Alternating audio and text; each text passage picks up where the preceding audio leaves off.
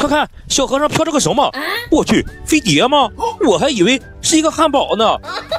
快看，这怎么还有轮子呢？哪有带轮子的飞碟呀？这也太低级了，并且宇航员的头都是露在外面的，这也太不安全了吧？看看能不能给它按进去。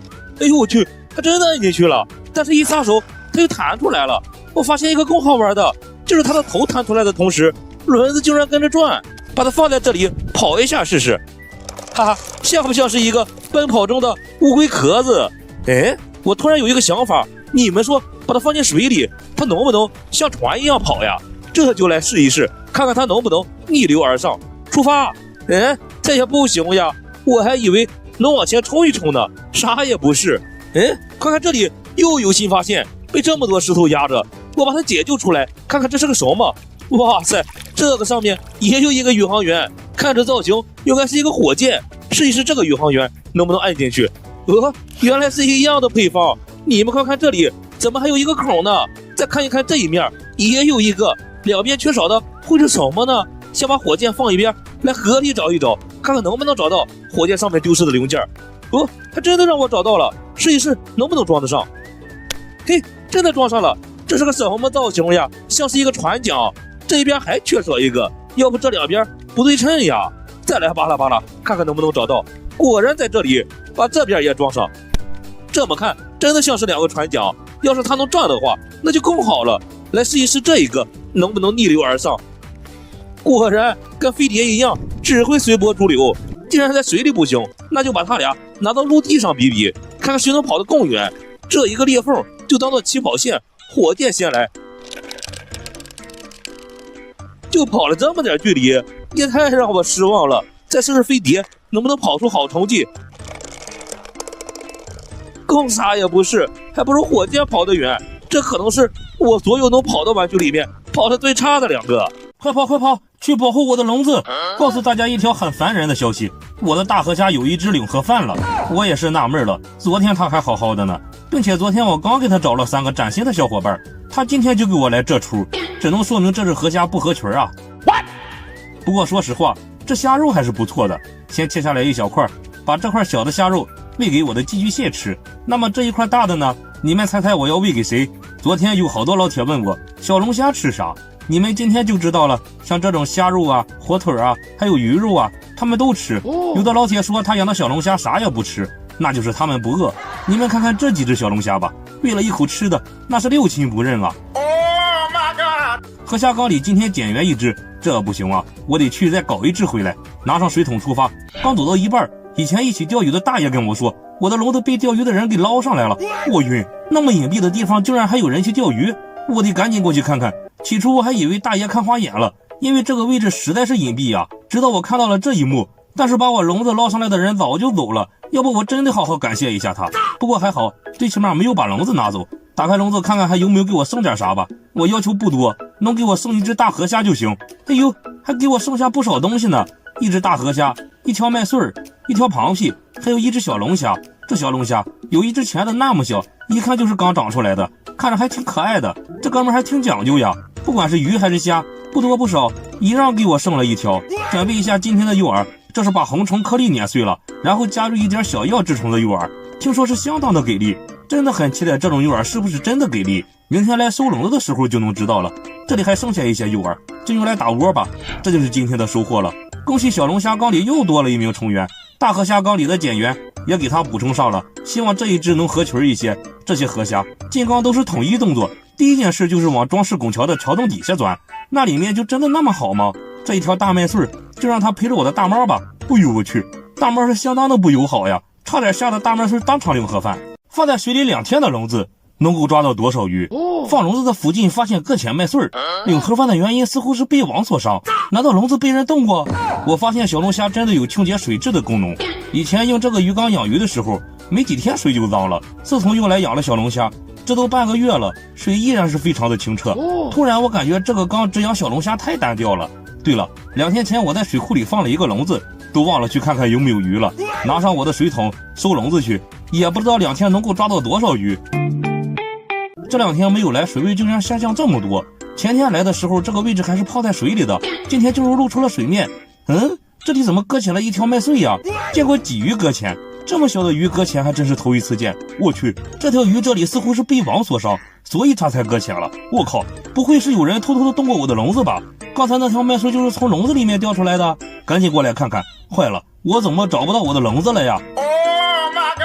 我明明记得就是放在这个位置的，这个位置这么隐蔽，很少有人来的，所以我觉得笼子丢的概率几乎为零。换个方向再捞一下，哎，我捞到了！哎呀，我还以为丢了呢，赶紧拿上来看看。2天的时间能抓到多少鱼？似乎不是很理想呀。不过我发现有好几只大河虾，这一只是最大的，先拿起来给大家看看。哎呦，跑了，还真不老实。只可惜只有这么一只大的，如果来个3斤2斤的，今天晚上是不是又可以加餐了？放进桶里收走。这里还有一只比较小的，也收走。还有3条小虾虎鱼，正好拿回去跟小龙虾养在一起。这些诱饵不能浪费，继续捡起来放回笼子里。今天给诱饵加点料，对，你们没有看错，就是猫粮。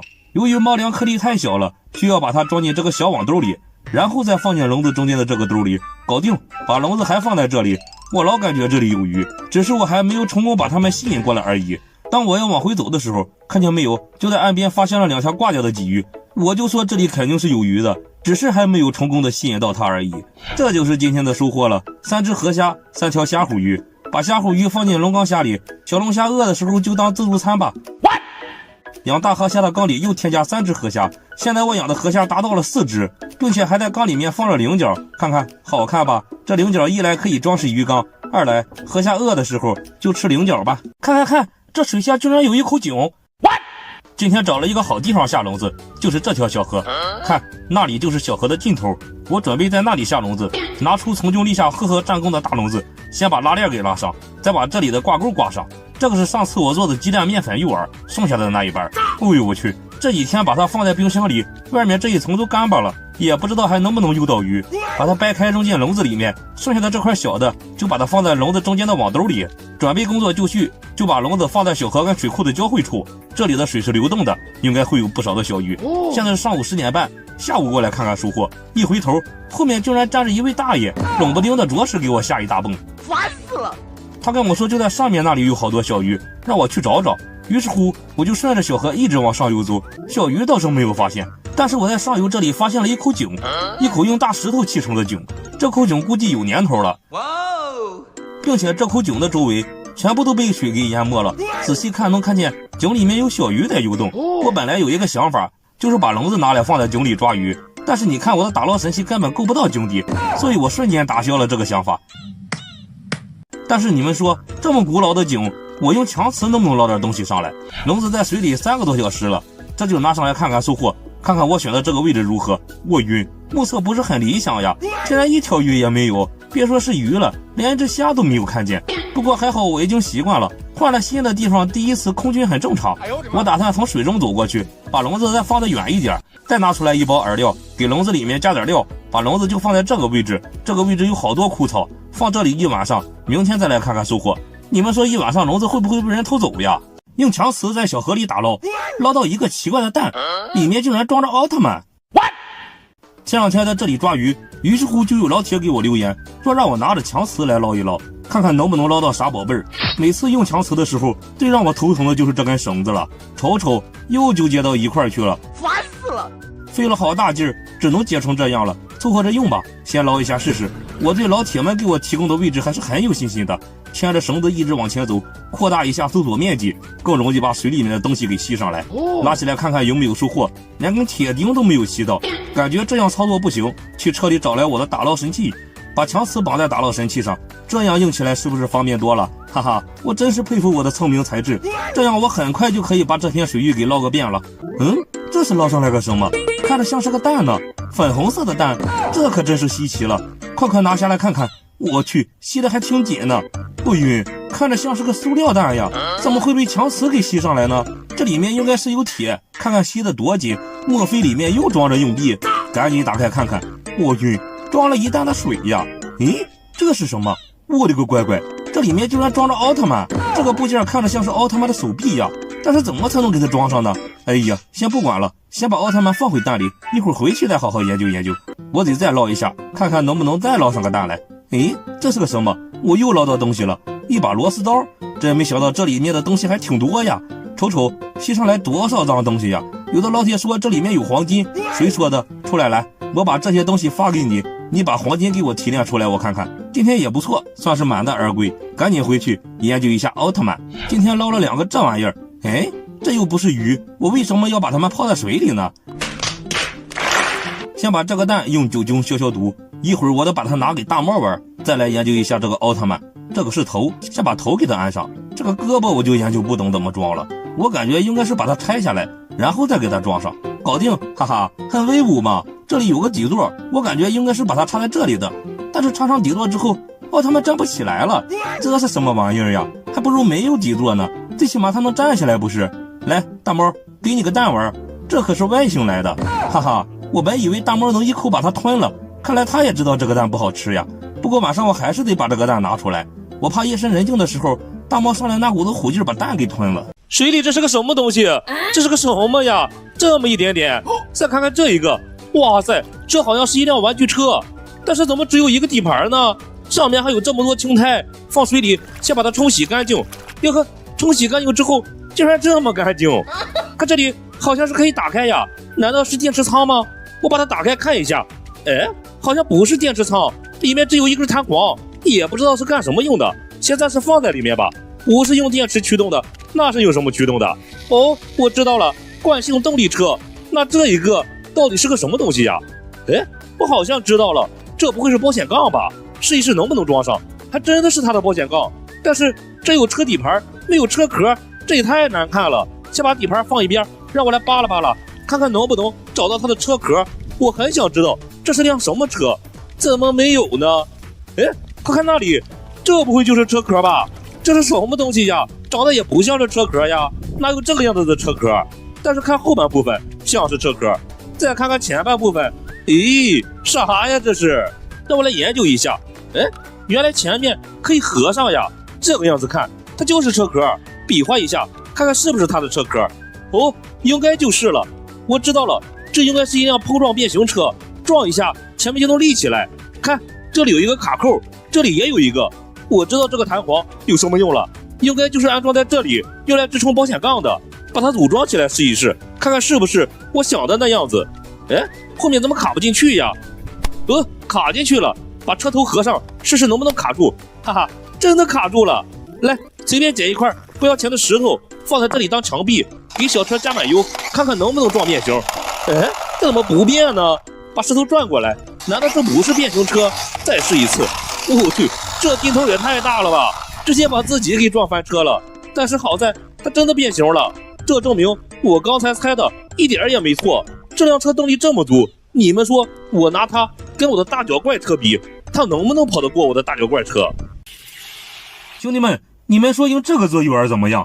前2天就有老铁私信我说用炒鸡蛋做诱饵很给力，现在鸡蛋有了，但是谁来炒呢？大坤就亲自下厨给小鱼们做一份炒鸡蛋。虽然大坤不会做饭，但是炒鸡蛋我想还是难不倒我的。先把锅里的水给它烤干，然后倒入2两花生油，油温7成热，打入鸡蛋。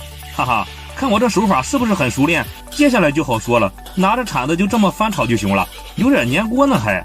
老铁们，这样是不是就熟了呀？感觉跟我平时吃的炒鸡蛋差不多了，管它熟不熟的，冲出来吧，反正是鱼吃，又不是我吃。完美，以后看看谁还敢说我不会做饭。出发去小河，不错不错，笼子还在，先往岸边拉一下，提上来看看，放了一晚上有没有抓到白条？啥情况呀？一眼望去好像一条鱼也没有。先把笼子打开，我看见里面有小龙虾，把笼子里面的东西全都倒出来，好好检查一下都抓了点什么。我去，怎么又抓了一只大蛤蟆呀？笼子里面又没有放肉，它进去干嘛呀？小龙虾，你就别跑了，作为入侵物种，我是绝对不会放你走的。听说这个个头的小龙虾在市场上都要卖25一斤了，这一只的个头稍微小一点，拿回去攒起来，攒到1斤的时候拿出去卖可好，哈哈。我就奇了怪了，怎么一条鱼也没有呀？我怀疑笼子里的鱼都被这只大嘴的蛤蟆给吃掉了。把它弄到水里去吧，天气这么热，别再给它晒死了。把今天的诱饵全都倒进中间的小网兜里。炒鸡蛋诱饵我也是第一次用，效果到底如何？明天收笼子的时候就知道了。把笼子继续放在这里，安全起见，还是把笼子往里推一推。这就是今天收获的小龙虾，把它们就放在这个饲料鱼缸里吧，因为这个鱼缸里的小龙虾实在是太多了，上次因为打架都挂掉好几只了。哎呦我去，那只龙虾什么姿势呀？不会是领了盒饭了吧？哟，腿还蹬，起来呀！哈哈，它竟然翻不过身来了，比乌龟还笨呢！哎呦，吓我一跳，一个鲤鱼打挺就翻过来了。小样的，演员出身吧？满是白条的小河里，用笼子到底能不能抓到它们？养了半天的5条鲤鱼莫名失踪1条。兄弟们，上次在这条小河看见好多白条，今天带来了笼子，试试能不能抓几条回去。先潇洒的把笼子打开，再快速的把拉链拉上，然后再小心翼翼的把这个挂钩给挂上。注意了，最重要的环节来了，那就是放入诱饵。前面的动作再潇洒，不放诱饵都白搭。搞定，妥妥的。先用打捞神器测一下这里的水深不深，目测不是很深，因为我是斜着放进去的，不是很深就好说了，那么就可以直接把笼子扔到水里了。为了防止笼子被人偷走，用打捞神器使劲往河中央推一推。现在是上午10点13分，老规矩，3个小时之后再来收笼子。3个多小时过去了，带上水桶去看看用笼子到底能不能抓到白条。天热也有好处，中午出来溜达的人少了，我的笼子丢的概率也小了。这又把笼子拉起来看看，到底能不能抓到白条？什么情况呀？怎么感觉不是很哇塞呀？先把水桶里装上点水，把笼子打开看看收获。一打开笼子就看见1条虾虎鱼，个头还行，不大不小，还不够我的大猫塞牙缝的。太惨了！先把它放进桶里，再看看还有没有别的东西了。哎，这里还有1条小鱼，怎么都干巴了呀？这是什么情况？还有2个黑壳虾，也都已经干了。我就才放了3个小时，它们怎么都干巴了呢？哦，对了，估计是上次抓的没有全部拿出来。我说怎么会有这么多干巴的小鱼小虾呢？哎，除了那条虾虎鱼，什么也没有抓到。再往笼子里放入1包诱饵，我决定把笼子放在这里1晚上，明天再来看看能不能抓到那些白条。可怜的大猫呀，这就是你今天的粮食了，虽然不多，凑合一下吧。我突然发现不对呀，我养了5条鲤鱼的，怎么就剩下4条了？这5条鲤鱼我可是养了大半年了。再看看这条鲤鱼的身上，我去，怎么伤痕累累啊？不会是让大猫袭击了吧？大猫，你让我看看你的肚子，你是不是把我的鲤鱼给吃了？你看，它就是不让我看它的肚子，我感觉它有重大嫌疑啊！现在看见了，我去，这肚子里绝对是我的鲤鱼。你看躺着的时候都躺不平了，我还心心念念的给你去抓小鱼吃，你居然偷吃我的鲤鱼，先饿你3天再说。把诱饵放进抄网里面，真的可以抓到鱼吗？看到最后你可能不敢相信，这是昨天抓回来的小龙虾，经过1晚上的土泥，现在可以把它们放进鱼缸里了。这龙虾缸一下就热闹了。你们说这么小的缸养这么多的龙虾能行吗？我也不知道行不行，我感觉问题不大。这些是昨天抓回来的泥鳅，总共有10几条呢。说实话，我讨厌养泥鳅，所以我决定把它们放生。就这里吧，河水清澈，是个放生的好地方。他们真得感谢我，把它们从一个脏兮兮的小河里带到这么清澈的小河。瞅瞅，还有1条不舍得走了，直接趴那里了。上游那里就是我以前经常抓树上鲫鱼的地方，今天带来了抄网，走过去看看还有没有受伤的鲫鱼了。我晕，这里以前水很深的，怎么1个多月没有来，水变得这么浅了？这么浅的水也不可能有鲫鱼了呀。今天带来了打窝料，我决定把打窝料撒在这里一些，吸引不来大鲫鱼，吸引一些小鱼过来也行呀。走，再去下游看看，能不能偶遇1条大点的鱼。哎，你还别说，这不是有1条白条吗？抓条白条回去也行呀。白条游过来了，看我怎么抓住它。哎，我去，这白条成精了吗？看见抄网竟然会拐弯。把抄网里面放上点诱饵，我就不信这些鱼能抵挡得住美食的诱惑。以前也有老铁建议我抄网里面放入诱饵来抓鱼，但是我从来没有尝试过，不知道这样能不能抓到鱼。我突然发现鱼都在下游呢，所以我得把抄网拿到下游去，就放在这里吧。然后剩下的就是静静的等待小鱼过来。Much later， 等了好长时间，终于等来1条。我去，这鱼反应也太灵敏了吧！我发现这些鱼怎么在这里聚堆呢？离我的网这么近，他们就是不过去。行，你们不过去，我过来还不行吗？把抄网移到小鱼聚堆的位置。我突然想起上游还打的窝呢，过去看看有没有鱼。这也不行呀，连个鱼的影子也没有看见。莫非这里的小鱼不喜欢这种诱饵？再回来看看这里有没有鱼进网。他们竟然又跑到那里聚堆了，就是不进我的网。算了，看样子这样抓鱼是不行的，白白折腾了1个多小时，1条鱼都没有抓到。把诱饵留在河里喂鱼吧，看见没？下游有一群一群的白条，明天我得想个办法来抓一些。放了1天1夜的笼子，能不能抓到红鲤鱼？快看，笼子里有个通红的东西，捞笼子却捞上来一把屠龙。兄弟们，为了抓到那条红鲤鱼，昨天把笼子放在这里1晚上，一直担心笼子会被偷走。不过看来还好，并没有人发现这里有一个笼子，这就把笼子拉上来看看有没有抓到那条红鲤鱼。哎呦，快看，笼子里面有个红色的东西，是不是那条红鲤鱼呢？赶紧把笼子打开看看，怎么感觉那个红色的东西又没了呢？难道刚才是我看花眼了？先把笼子里的东西全倒进桶里，好好检查一下有没有那条红鲤鱼。这里还有几只黑壳虾，把它们全都捡起来，先把网收起来，因为笼子太脏了，回去好好洗洗。桶里的水太浑，也看不见有没有那条红鲤鱼，拿回去倒进清水里看看。这就是今天的收获了，还是没有抓到那条红鲤鱼。这一盒里面的是黑壳虾，盆里面就是今天抓到的小鱼，桶里的就是小龙虾跟泥鳅。开始我看见笼子里的红色应该是小龙虾，白让我激动一场，烦死了。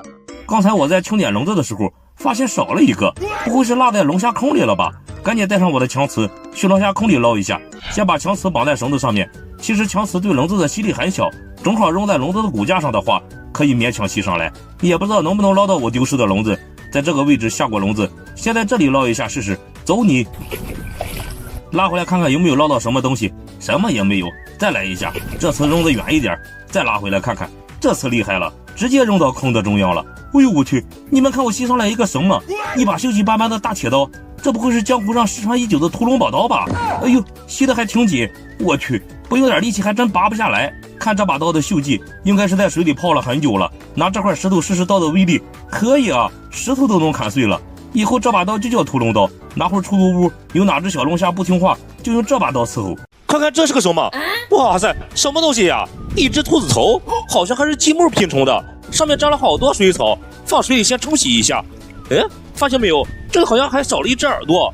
看这个是什么？一朵小花，也是积木拼成的呀。我刚才还以为这是水草开花了呢，不过这花做的还真的好看呀。刚才我就发现了，这里还有一个呢。这是什么呀？一串葡萄吗？说它是葡萄还不太像，倒是挺像路灯的。然而这都不重要，先把它们放在这里。我要找一找那个丢失的兔子耳朵。哎，这里是个什么东西？只露着一根长长的棍子，把它抽出来看看。我去，它跟青苔融为一体了，这也太脏了，放水里洗一洗。这不会也是一朵花吧？这花做的也太简陋了。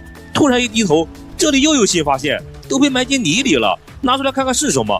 嗨，我还以为是兔子耳朵呢，这怎么是圆的呢？诶，这上面还有图案呢。我怀疑他俩是一起的，看正好可以合上，但是我还是搞不明白这到底是个什么。暂时也先放在这里吧。发现没有，这些东西下面都带着一个长长的棍子，我也不知道有什么用。发现了那么多东西，怎么就是没有发现兔子耳朵呢？哎，什么东西？刚才好像跑到我胳膊上一只虫子，怎么不见了？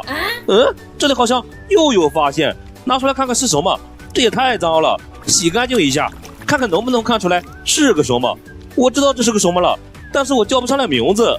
这也解释了为什么这些东西下面都有一根长长的棍子了。怎么样，这个样子是不是立马高大上了？唯一的缺陷就是这个兔子耳朵会不会也被埋在了这些泥里了呢？我发现了一个好玩的小蛤蜊，我怎么就抓不到大蛤蜊呢？全都是这种小的。再来这里扒拉扒拉，这里也没有，那就来这里扒拉扒拉。哎呦，什么东西？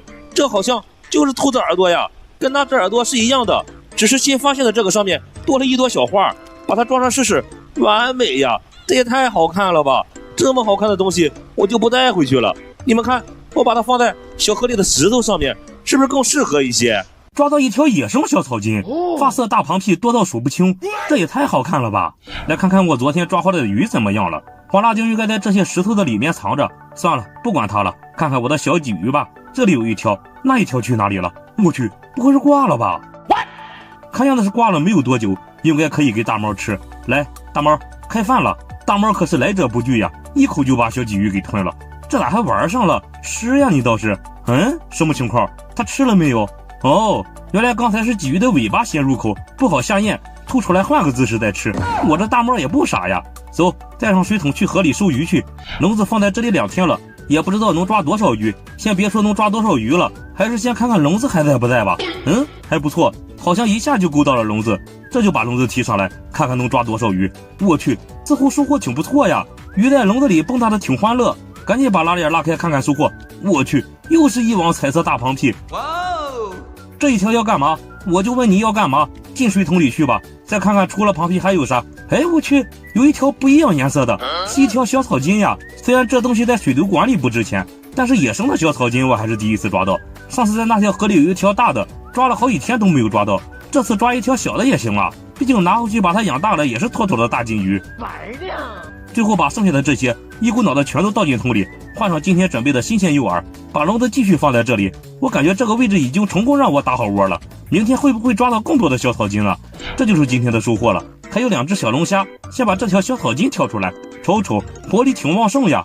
放进这个盒子里，再选几条发色比较好的螃蟹，也放到这个盒子里。好了，这就是我精心挑选出来的发色螃蟹。这些鱼我要单独养起来，就把它们养在这个鱼缸吧。